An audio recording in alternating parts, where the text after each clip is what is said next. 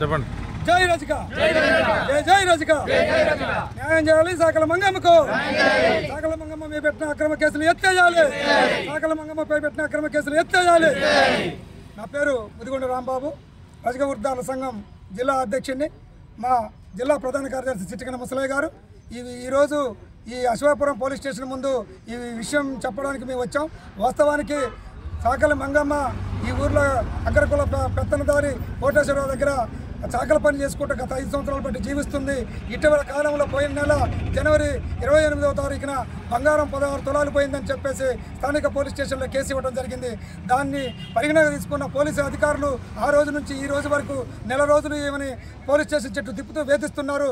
వాళ్ళకు కొడుకుని, బిడ్డని, అల్లుడిని అందరినీ ఈ పోలీస్ స్టేషన్ చుట్టూ తిప్పుతున్నారు. వాస్తవానికి నిరుపేద రజకులు, రాష్ట్ర వ్యాప్తంగా రజకులు పనిచేసేది అందరూ ఇళ్లలో పనిచేస్తారు. ఇవాళ ఇటువంటి మచ్చ వేయటం వల్ల వారి కుటుంబం ఏం చేసి బ్రతకాలన్నది ఆలోచన ఉంది. రజకులకే ఇది మాయన మచ్చలాగుంది. ఈ విషయాన్ని ఎట్టైనా ఖండించాలా. స్థానిక ఎస్ఐ గారికి వీళ్ళు నిరుపేదలు, వీళ్ళ దగ్గర నిజంగా దొంగతనం చేసే ఆలోచన లేదని చెప్పి ఎస్ఐ గారికి చెప్పాలనుకోవడం కోసం మేము ఇవాళ ఇక్కడికి రావడం జరిగింది. ఎస్ఐ గారికి, సిఐ గారికి విన్నవించడం జరిగింది. అయ్యా, మా రజకులు ఇట్లాంటి కార్యక్రమం చేసే దాంట్లో వెనకాడతారు, మరి మీరు కన్సల్ట్ చేయాలి, వీరి మీద కేసులు విత్డ్రా చేసుకోవాలని చెప్పేసి అడగడం జరిగింది. అయినా వారు చెప్పారు, ఈ రోజు నుంచి నేను మీ వకాలత రాయించుకొని వారి డ్యూటీలు వాళ్ళు చేసుకోవచ్చు, మీరు మాకు సహకరించాలని చెప్పేసి మాట్లాడడం జరిగింది. దానికి కూడా మేము సహకరించాం. ఈ రోజు నుంచి స్టేషన్కి వాళ్ళు తిప్పరని చెప్పేసి ఒప్పుకోవడం జరిగింది. రానున్న కాలంలో వీళ్ళు ఎటువంటి నేరాలు ఏదైనా రుజువు అయితే మీరు దానికి బాధ్యతగా మేము చట్టంగా వ్యవహరిస్తామని చెప్పేసి అన్నారు. దానికి కూడా మేము ఓకే అన్నాము. కానీ వాస్తవానికి మాతో పాటు మా రజక కులకు సంబంధించిన మంగని హింస పెట్టిన దానికి అవతల పక్క కూడా ఇట్లాంటి నార్కో టెస్టులు కూడా చేయించి వారికి కూడా న్యాయం చేయాలని చెప్పేసి మేము అనుకుంటున్నాం. వాస్తవానికి ఒక ఆమెనే ఇబ్బంది పెట్టద్దు, వన్ సైడే చేస్తే సామాజికంగా మా భద్రత మాకు నష్టం అనేది పరిస్థితి ఉంది. కాబట్టి మేము ఈ కోణంలో సార్తో మాట్లాడడం జరిగింది. అందరి కోణంలో దీన్ని ఆలోచించి పనిచేస్తామన్నారు.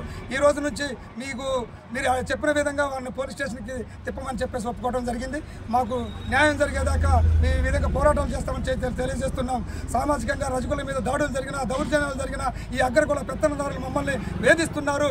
దేశవ్యాప్తంగా ఉన్న ప్రజలందరికీ మేము చెప్పేది ఒకటే, అయ్యా, అందరి కులాలలో రజకులు పనిచేస్తున్నారు, మీరందరూ దొంగలైతే మరి మీరు ప్రత్యామ్నాయం చేసుకొని బతుకుతారా అనేది అర్థం చేసుకోవాలని చెప్పేసి మేము అంటున్నాం.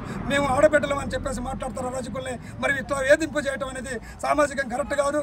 సమాజంలో పోలీసు వారు కూడా ఈసారి ఇటువంటి కార్యక్రమంలో ఈ అగ్రకులాల పెత్తనదారులకి సపోర్ట్ పూర్వకం కాకుండా అన్ని కులాల వర్గాలకి, నిమ్న జాతులకు కూడా సాయం చేసే విధంగా ప్రవర్తించాలని చెప్పేసి మేము కోరుకుంటున్నాం.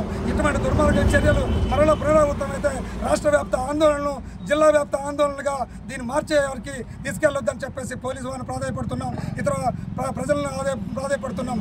సామాజిక భద్రత మాకు లేకపోవడం వల్లే మా మీద ఇటువంటి వివక్షత నడుస్తుందని చెప్పేసి మేము అనుకుంటున్నాం. సీఎం రేవంత్ రెడ్డి గారు మీ పరిపాలనలోనే ఈ భద్రాద్రి కొత్తగూడెం జిల్లాలో మీరు ఓట్లేసి మేము గెలిపించిన పరిస్థితుల్లో మా దాఖలు ఉన్నాయి. మమ్మల్ని మీరు అడ్రస్ చేయండి.